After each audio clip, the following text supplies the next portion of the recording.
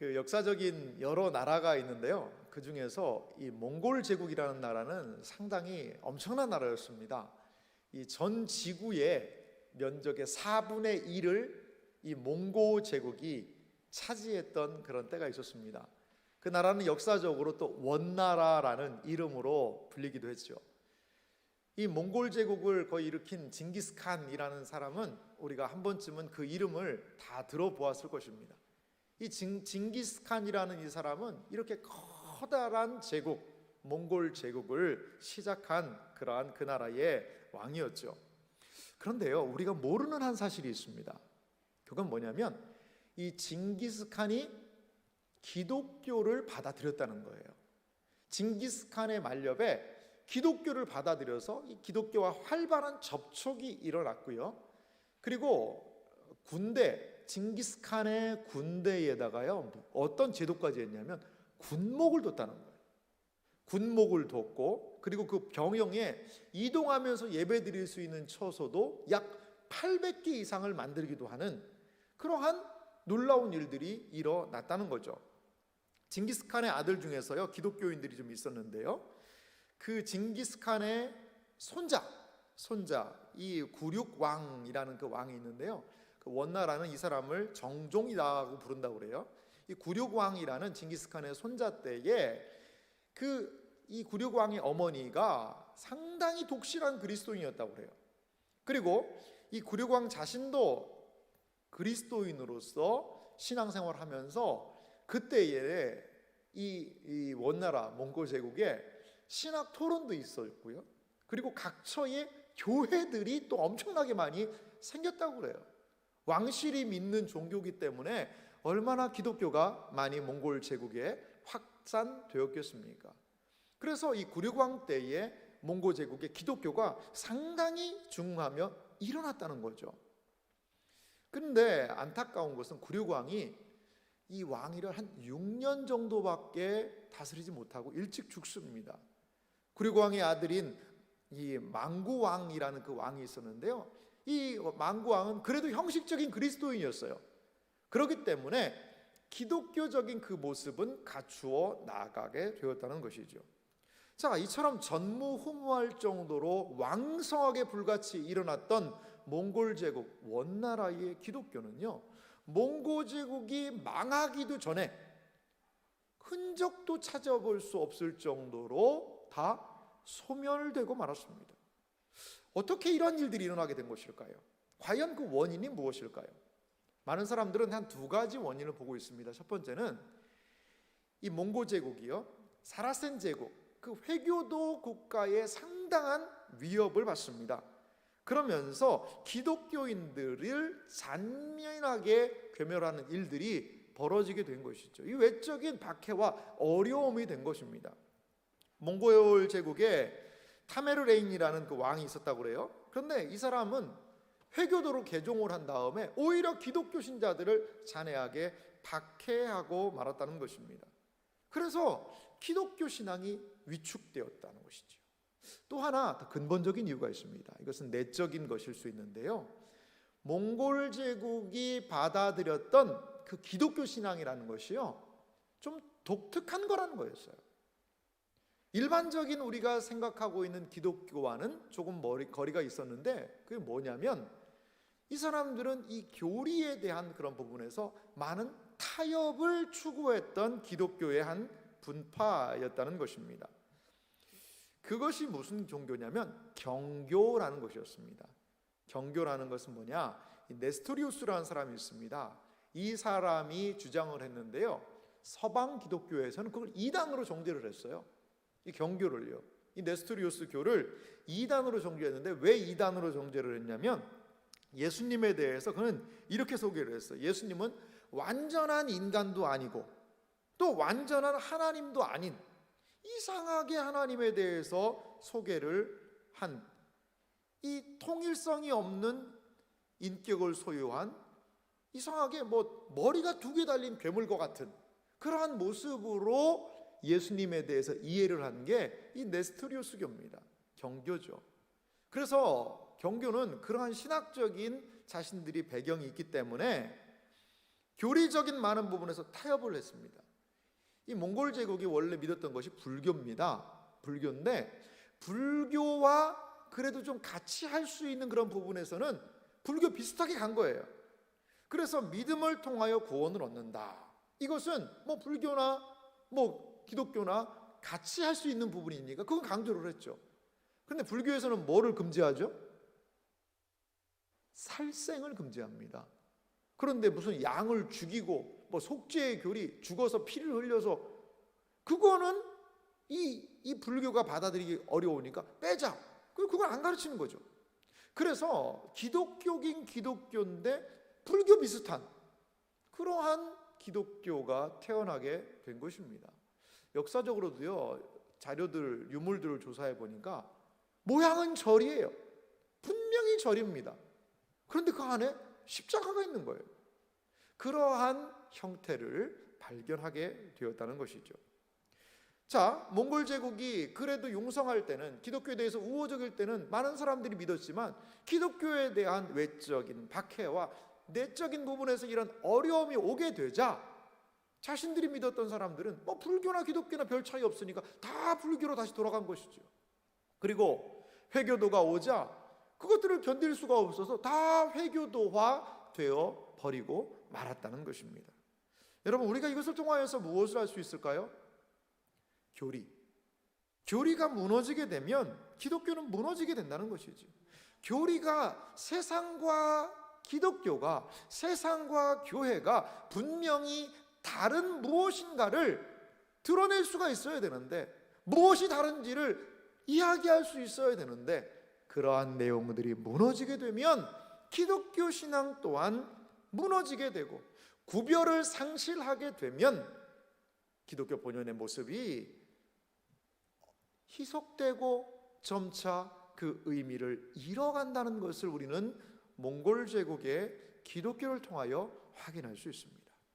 여러분, 우리는 하나님의 온전한 진리를 붙잡아야 될 줄 믿습니다. 믿음 생활을 한다는 것은 온전한 진리의 뿌리를 내리고 그 진리에서 자라나는 것이라는 거죠. 그렇다면 무엇을 붙잡아야 될까요? 무엇을 믿어야 하는 것일까요? 여러분들은 무엇을 믿으시는 분이십니까? 우리의 믿음의 내용은 무엇입니까? 많은 사람들은 그렇게 얘기해요. 그냥 믿는 거죠. 믿사오니 믿사옵나이다. 아멘. 그러면 되는 거지. 뭘 그냥 묻지도 따지지도 말고 그냥 일단 한번 믿어보라니까요. 그렇게 믿는 거 아닙니까? 그렇지 않습니다. 오늘 우리는 사도신경이라는 것을 통하여서 우리가 무엇을 믿는지, 그리고 우리가 믿는 내용이 무엇인지를 좀 살펴보기 원합니다. 먼저요, 왜 우리는 사도신경을 알아야 하는가에 대해서 한번 좀 생각해 보기를 원합니다. 이 사도신경을 우리가 알아야 되는 그 이유가 무엇일까요? 그것은 먼저는요, 사도신경을 알아야 되는 이유는요, 이 사도신경이 믿음의 뼈대를 만들어주기 때문입니다. 사도신경을 통하여 우리는 우리가 무엇을 믿는지에 대한 믿음의 토대, 믿음의 뼈대를 세울 수가 있다는 것이죠. 몸이 여러 가지로 구성이 되어 있습니다만 크게 나누면 여러분, 뼈하고 살로 구성되어 있지 않습니까? 여러분, 뼈는 지탱하며 탁 윤곽을 세워줄 수 있는 것이 뼈입니다. 거기에 살이 입혀서 부드럽게 하고 살이 입혀서 활동하기에 여러 가지 좋게 하지 않습니까? 여러분, 살이 없다고 생각해 보세요. 아름다움을 잃지 않겠습니까? 그런데 이 살이 아름답고 몸을 부드럽게 하고 하기 위해서는 뭐가 있어야 되는 것이죠? 뼈대가 있어야 됩니다. 뼈대 위에 살이 덮여질 때에만 온전한 사람으로서 활동할 수 있지 않겠습니까? 여러분, 뼈가 없으면 어떻게 될까요? 문어가 됩니다. 문어. 그거를 연체동물이라고 그러죠. 바닥에 붙어가지고 이렇게 쭉 가는 그런 연체동물이 되는 것. 자, 기독교 신앙에서도 마찬가지입니다. 하나님의 말씀에 대한 뼈대가 세워져야 되고요, 든든한 교리라는 뼈대를 세워야 하고요, 그 세워진 뼈대 위에다가 기도, 찬양, 은혜로운 말씀, 교제와 그러한 여러 가지 신앙의 아름다운 살들을 덮일 때에, 그러할 때에 우리는 온전한 신앙의 모습을 유지할 수 있다는 것이죠. 그렇기 때문에 기독교 신앙의 뼈대를 세우는 작업, 이것이 너무나도 중요하다는 겁니다. 두 번째, 사도신경을 알아야 되는 이유가 있는데요, 그것은요, 사도신경을 통해 우리는 믿음의 핵심을 배우게 된다는 겁니다. 성경 66권에는요 수많은 내용들이 있습니다. 이 성경 66권 안에 있는 수많은 내용이 너무 많기 때문에 그것들을 우리가 다 섭렵하는 것들이 쉽지가 않다는 것이지요. 사도신경은요, 우리가 무엇을 꼭 믿어야 하는지, 우리가 꼭 붙들어야 되는 것이 가장 기본적이고 핵심적인 것이 무엇인지 성경 66권에 있는 핵심 내용을 우리에게 소개해주고 있다는 겁니다. 마틴 루터라는 종교개혁자는요, 이 사도신경의 가치에 대해서 이렇게 이야기를 하고 있습니다. 루터의 말을 들어보세요. 사도신경은 마치 꿀벌이 꽃에서 꿀을 모으듯 성경의 가르침을 요약한 것이다.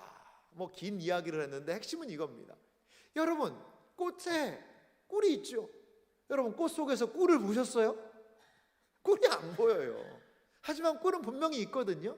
근데 벌들이 거기 가서 꿀들을 다 모아가지고 그 벌통에다가 꿀들을 가득 모아놓듯이 사도신경은 성경에 흩어져 있는 하나님의 진리에 대해서 모아놓은 무엇과 같다는 거예요?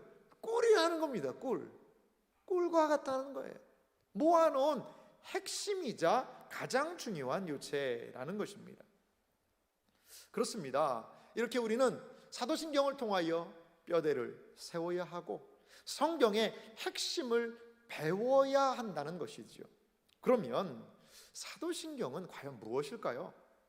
사도신경이라는 그 용어의 의미를 좀 먼저 살펴보기 원합니다. 이 사도신경이라는 단어를 쓰죠. 이 신경이라는 단어의 의미는 뭐냐면요, 신경이라는 의미는 성경으로부터 하나님과 교회에 관해서 믿어야 할 내용을 모아서 정리한 것, 이것이 신경이라는 뜻입니다. 신경은 다시 한번 보세요. 성경으로부터, 그냥 사람들이 막 생각한 게 아니고요, 성경으로부터 끄집어낸 거죠. 그래서 하나님과 교회에 관해서 어떤 내용이죠? 믿어야 되는 내용, 이거는 꼭 믿어야 된다. 예수님 믿는 사람이라면, 교회 다니는 사람이라면 이거는 믿어야 된다라는 것들을 모아서 정리한 것을 신경이라고 얘기를 해요. 교회적으로 신경이 한 3개 정도 있습니다. 사실은 뭐 사도신경만 있는 건 아니고요, 뭐 니케아 신경이라는 것도 있고요, 칼케톤 신경이라는 것도 있어요. 그때마다 이단들과 싸우면서 우리가 믿는 말을 명확히 하자라고 신경을 교회는 기록을 했죠. 그 중에서 이 사도신경은 오고 오는 세대 모든 교회가 붙잡고 지켜야 하는, 믿어야 되는 가장 핵심적인 내용이라고 할 수 있습니다. 그런데 거기 앞에 어떤 내용이 붙어 있냐면 사도라는 말이 붙어 있어요. 사도신경. 그래서 어떤 사람은요 이렇게 얘기를 해요. 사도신경의 이 내용이요, 여러분 뭐 유인물 주보에도 좀 하나 넣어드렸습니다만 12가지로 되어 있거든요. 그러니까 사도신경은 12사도가 한마디씩 한 거다. 그거를 누가 잽싸게 받아 적은 거다. 가장 먼저 베드로가 전능하사 천지를 만드신 하나님 아버지를 내가 믿사오며, 그러니까 사도 요한이 그 외아들 예수 그리스도를 믿사오니, 그래가지고 한 사람이 막 그냥 한마디씩 해가지고 된 게 사도신경이다. 12이 어떻게 공교롭게도 맞아 떨어진 것 같긴 합니다. 근데 그건 아닌 것 같아요. 그러면 왜 거기다가 사도라는 말을 썼을까요? 그것은 이 사도신경에 있는 그 내용이, 사도라는 이름을 붙인 것은요, 사도들이 가르치고 설명한 교리, 사도들의 가르침과 뭐 한다는 것이죠? 일치한다는 거예요. 사도들이 가르친 내용의 핵심을 여기에다가 담아 놓았기 때문에 이것은 사도들이 가르친 그 내용, 사도들이 중요하게 생각하는 것과 일치하는 우리들의 믿어야 하는 바다. 그래서 사도신경이라고 이름하게 되었다는 것입니다. 사도신경은요, 신구약 성경의 내용을 기억하고 이해할 수 있도록 성경에 믿어야 되는 핵심을 정리했다라고 우리는 생각할 수 있습니다. 이 사도신경은요, 역사적으로 보면 사도신경의 초기 모습이 나온 게 초대교회 이후 뭐 한 100몇 년 전부터, 한 2세기 정도부터 이 사도신경의 내용들이 그 문헌들에 등장을 합니다. 그리고 오늘날과 같은 이 사도신경의 모양이 딱 정립된 것은 한 8세기, 한 700년 정도로 봅니다. 그러니까 700년 정도에 만들어졌던 그 내용이 어디까지 오고 있는 거죠? 지금 우리 시대까지 오고 있는 거예요. 우리 시대까지. 그래서 하나님께서 참 이 사도신경이 이렇게 제정되는데 많은 부분에서 저는 역사하셨다고 봐요. 그래서 우리가 이런 사도신경의 내용을 꼭 기억하고, 또 앞으로 제가 이 사도신경에 대하여서 앞으로 그 내용들을 좀 강해 설교를 하려고 합니다. 이 사도신경을 우리가 듣고 또 그리고 암송하고 깊이 묵상하고 설교를 들으며 사도신경 안에 있는 깊은 기독교 신앙의 핵심 진리를 이해하게 되시는 은혜의 역사가 우리 모두에게 있기를 간절히 소망합니다. 그러면 사도신경이 가진 의미들이 좀 무엇일까? 이것을 오늘 이 주일에 좀 살펴보기 원합니다. 우리 신앙의 선배들은 사도신경에 대해서 어떻게 좀 이해를 했고, 또한 그들의 신앙생활에 어떻게 이 사도신경을 좀 사용했을까요? 그 부분을 좀 살펴보기 원하는데요. 먼저는요, 사도신경은 믿음의 고백을 담고 있습니다. 이 사도신경은 믿음의 고백을 담고 있다는 것이죠. 사도신경을 통한 믿음의 고백을 우리는 좀 볼 수 있는데요. 여러분, 제가 사도신경의 내용과 구조라는 작은 유인물을 하나 좀 나눠드렸는데 그 내용을 한번 보시기 바랍니다. 이 사도신경이 몇 가지로 되어 있는지 한번 보세요. 사도신경은 1에서부터 12가지로 우리가 나누어서 생각할 수 있다는 거죠. 12가지 내용입니다. 그런데 이 12가지 내용 중에서 빨갛게 표시해 놓은 게 있죠. 무엇을 사도신경은 이야기하는 거죠? 믿음을 고백하는 겁니다. 내가 믿습니다 라는, 사도신경은 믿음을 고백한다는 겁니다. 믿는다는 표현이 몇 번 나오죠? 4번 나옵니다. 하나님 아버지 믿고, 예수 그리스도를 믿고, 성령을 믿고, 영원히 사는 것을 믿습니다. 4번의 믿습니다 라는 단어가 나온다는 거죠. 사도신경을 통하여서 우리가 고백하는 것은 무엇입니까? 믿음입니다. 믿는다는 거예요. 사도신경을 고백하면서 내가 하나님 아버지를 내가 압니다 라든가 내가 생각합니다, 이렇게 하나님을 생각합니다, 이렇게 되지 않을까요? 제 의견을 개진합니다 라고 이야기하지 않습니다. 믿습니다 라고 이야기하고 있습니다.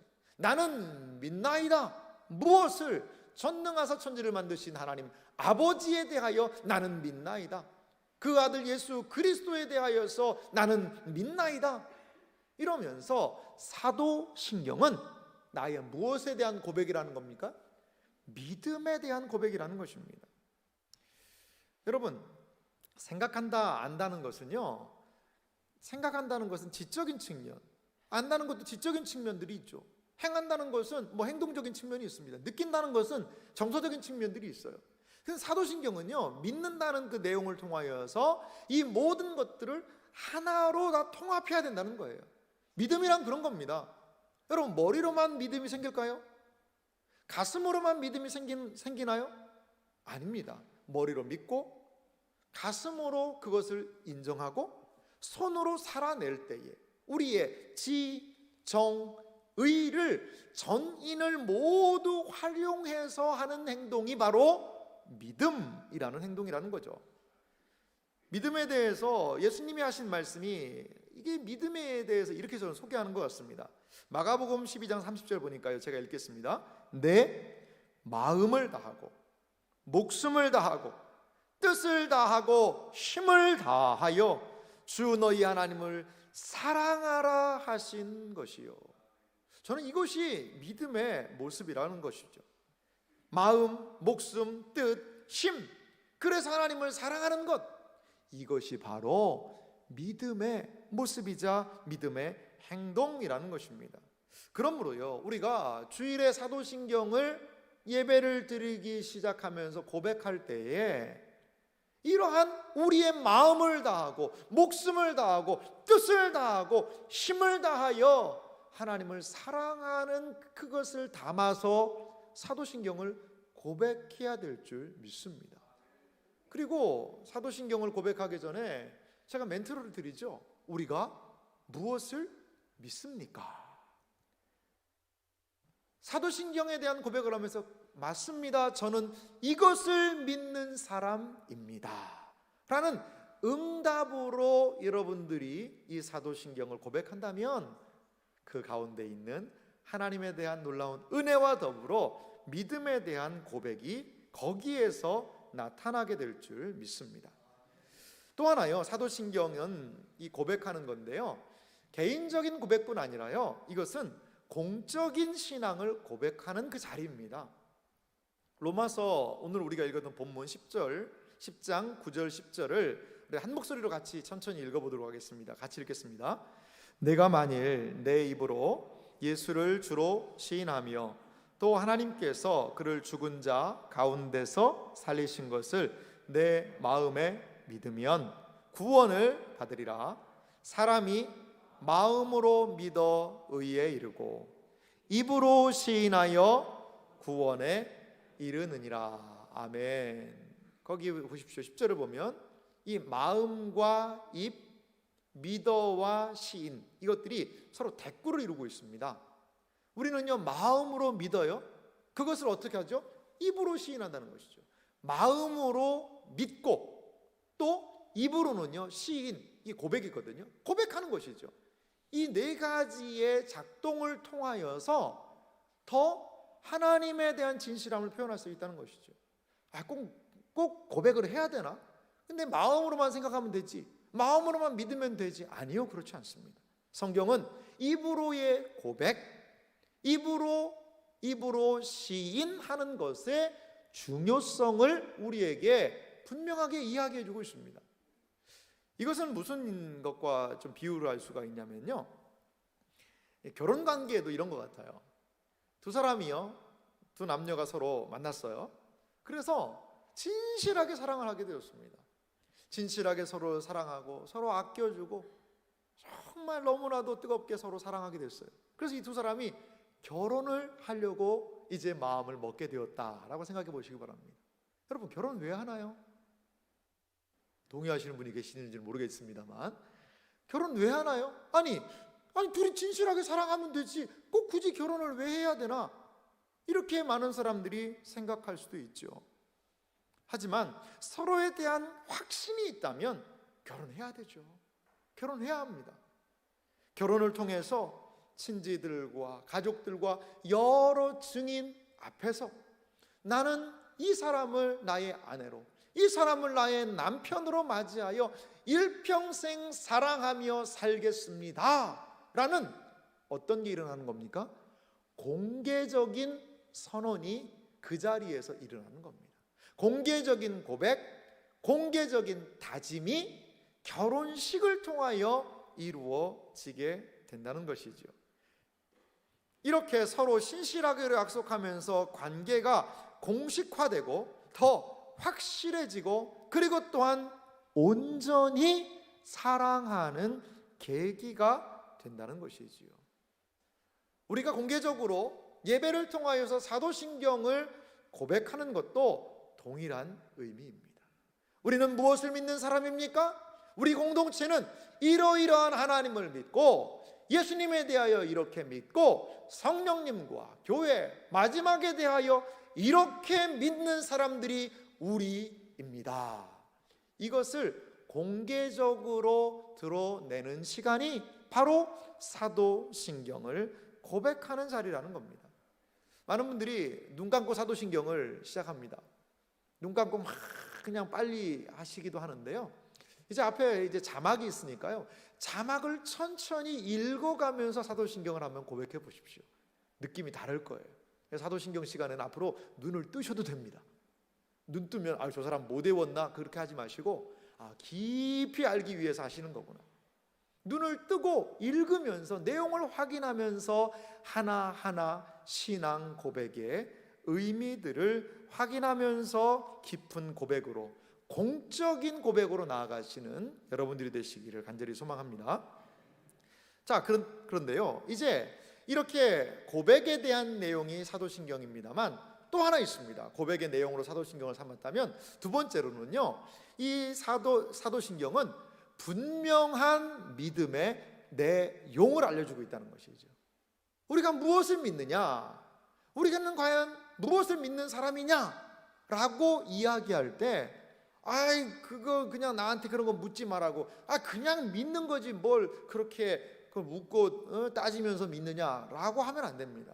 사도신경은 우리가 무엇을 믿는 사람인지를 분명하게 드러내 보여주고 있다는 것이지요. 믿음의 내용을 정확하게 우리에게 표현해 주고 있습니다. 여러분, 다시 한번 유인물 보시겠습니까? 유인물 보면 우리가 무엇을 믿는지에 대한 12가지의 내용을 사도신경은 정리해 놓고 있습니다. 첫 번째는 무엇일까요? 천천히 한번 읽어보겠습니다. 첫 번째, 전능하사 천지를 만드신 하나님 아버지를 내가 믿사오며. 이것이 우리가 믿는 첫 번째 믿음의 내용입니다. 자, 두 번째 믿음의 내용을 볼까요? 같이 읽겠습니다. 그 외아들 우리 주 예수 그리스도를 믿사오니. 이것이 두 번째이고요. 세 번째는요, 이는 성령으로 잉태하사 동정녀 마리아에게 나시고. 예수님의 탄생에 대한 그러한 진리를 세 번째로 담고 있고요. 네 번째는요, 본디오 빌라도에게 고난을 받으사 십자가에 못 박혀 죽으시고 예수님의 고난과 죽음에 대하여서. 다섯 번째는요, 장사한 지 사흘 만에 죽은 자 가운데서 다시 살아나시며 예수님의 부활에 대하여서 다섯 번째 고백이 있고요. 여섯 번째 고백은요, 하늘에 오르사 전능하신 하나님 우편에 앉아 계시다가 예수님의 승천에 대한 그러한 진리입니다. 일곱 번째는요, 저리로서 산 자와 죽은 자를 심판하러 오시리라. 예수님의 재림에 대하여. 절이라는 것은 거기로부터라는 그런 의미가 있습니다. 이자가 낮은 절이다 그런 게 아니고요, 거기로부터라는 그런 의미가 있습니다. 자, 그리고 여덟 번째는요, 성령을 믿사오며. 아홉 번째는요, 거룩한 공회와 성도가 서로 교통하는 것과. 이 공회는 공교회, 교회라고 번역해도 무방한 그런 표현입니다. 열 번째는요, 죄를 사하여 주시는 것. 우리 죄가 어떻게 사하여 주는 것인지. 11번째는 몸이 다시 사는 것과 우리가 부활할 것을, 예수님처럼 우리도 부활할 것을. 마지막 12번째는요, 영원히 사는 것을 믿사옵나이다. 아멘. 우리의 영생의 문제에 대하여서 우리의 믿음을 이렇게 고백하고 있다는 것이죠. 이렇게 사도신경은 12가지의 믿음의 내용을 우리에게 알려주고 있습니다. 그런데요, 이 사도신경의 내용을 그냥 막 열거하지 않았습니다. 거기 보면 삼위 하나님을 중심으로 이 내용이 기술된 걸 볼 수가 있어요. 여러분 드린 표에 제가 그런 구분을 해놨는데요, 첫 번째 항목은 성부 하나님에 대한 그런 부분입니다. 두 번째부터 일곱 번째까지는 어떤 부분이죠? 성자 예수님에 대한 그런 고백이 등장을 하고 있고요. 여덟 번째부터 12번째 이 부분은 성령 하나님께서 구원을 우리에게 적용해서 교회와 죄사함과 영생을 이루시는 그 부분을 이야기하고 있습니다. 이 사도신경이요, 삼위일체, 삼위 하나님에 대한 것을 중심으로 하고 있는 이유가 있습니다. 그것은 예수님이 마태복음 28장에 보면 너희는 아버지와 아들과 성령의 이름으로 세례를 베풀고 이렇게 얘기하셨거든요. 그래서 사도신경은 사실 처음에 세례를 베푸는 용어로 많이 사용됐다고 그래요. 그러다 보니까 무엇을 알아야 되죠? 성부 하나님에 대해서, 또 성자 예수님에 대해서, 성령 하나님에 대해서 알려줘야 되기 때문에 사도신경의 구조가 이렇게 삼위 하나님을 중심으로 기록된 것을 우리는 볼 수가 있습니다. 또 하나 사도신경에서 가장 많은 부분을 차지하고 있는 것이 무엇일까요? 여러분 한번 눈으로 한번 살펴보세요. 무슨 내용이 가장 많을까요? 그렇죠. 예수님에 대한 내용이 상당히 많습니다. 그래서 조금 어려운 말로 사도신경은 기독론적이다, 예수님적이다, 이러한 표현을 쓰기도 합니다. 예수님에 대한 가장 많은 신앙 고백을 하고 있는 것이 바로 사도신경입니다. 베드로가 예수님에 대해서 신앙 고백을 처음 했죠. 너희는 나를 누구라 하느냐? 주는 그리스도시요 살아계신 하나님의 아들입니다.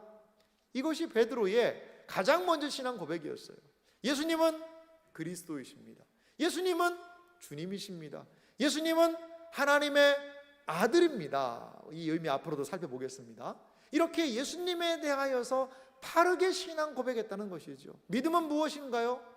예수님을 어떻게 알고 예수님이 누구인지를 고백하는 것, 그것이 바로 신앙입니다. 예수님은 과연 누구냐? 그분의 생애, 그분의 삶, 그분의 존재와 그분이 하신 일이 무엇인가를 믿는 것, 그것이 바로 믿는 신자의 가장 중요한 핵심적인 삶이라는 것이죠. 그러하기 때문에 사도신경은 이렇게 예수님에 대한 진리로 채워지고 있는 것을 볼 수가 있습니다. 사도신경의 가장 중요한 고백은 예수님에 대한 고백이에요. 예수님은 과연 누구시고 나에게 교회를 위하여 하나님의 뜻을 이 땅에서 어떻게 펼치셨는가가 드러나고 있다는 것이죠. 또한 이 사도신경의 내용을 자세히 좀 살펴보면요, 사도신경의 내용은 앞에서도 언급을 했습니다만 성경 전체의 내용을 요약적으로 제시하고 있어요.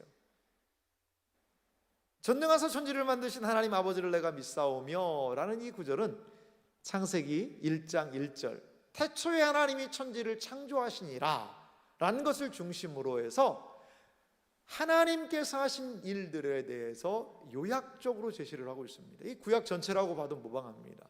그리고 예수님에 대한 그런 부분들을 좀 보면요, 그 외아들 우리 주 예수 그리스도를 믿사오니, 그러면서 예수님의 탄생, 죽음, 부활, 승천, 재림에 대한 이야기는 사복음서와 또한 사도행전에 대한 그런 부분들이 일부분 또 기록이 되어 있죠.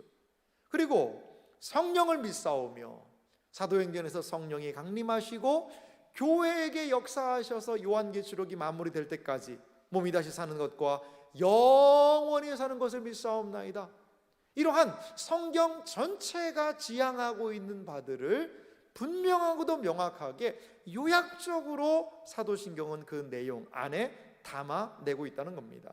그래서요, 사도신경에 나오는 신앙 고백을 통해서 우리는 성경 전체가 하나님의 창조요, 우리를 그리스도로 말미암는 구원이요, 마지막에 영생을 주시겠다라는 기독교의 가장 중요한 진리가 그 안에 내포되어 있는 것을 볼 수가 있습니다. 그래서 존 칼빈이라는 우리 선생님은 기독교 강요라는 아주 중요한 책을 남겨주셨거든요. 기독교 강요를 쓸 때 이 사도신경의 구조를 가지고 기독교 강요를 씁니다. 그 큰 구조는 사도신경입니다. 이렇게도 사도신경의 내용 자체가 성경 전체의 핵심적인 내용을 담고 있다는 것입니다.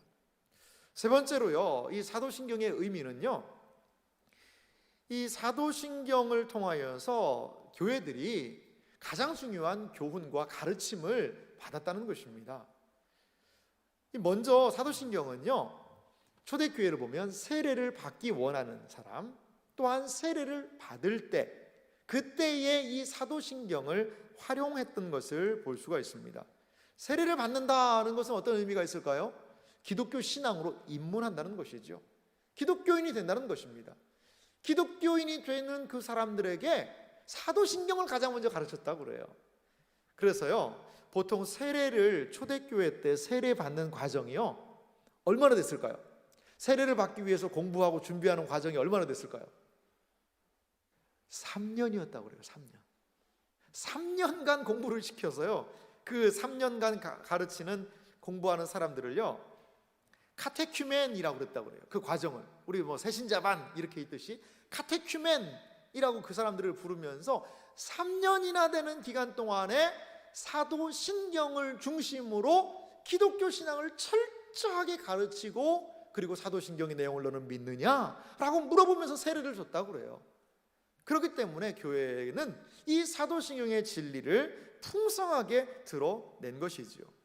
또 하나요, 이 사도신경은 어떻게 초대교회에 그리고 교회들의 교훈이 되었냐면, 외부로부터 오는 이교들, 그리고 내부에서 생긴 그 이단들, 이러한 이교도와 이단들이 나타났을 때에 우리가 믿는 바가 무엇인지 명확한 정체성을 준 것이 바로 사도신경의 내용이었다는 것입니다. 초대교회에요, 수많은 기독교 이단들이 등장합니다.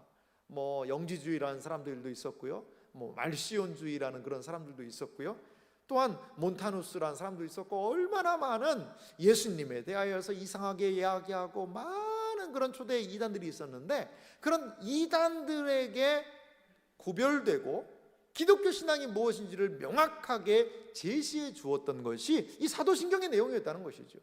예수님에 대해서 이상하게 믿어요? 성령님에 대해서 이상하게 믿어요?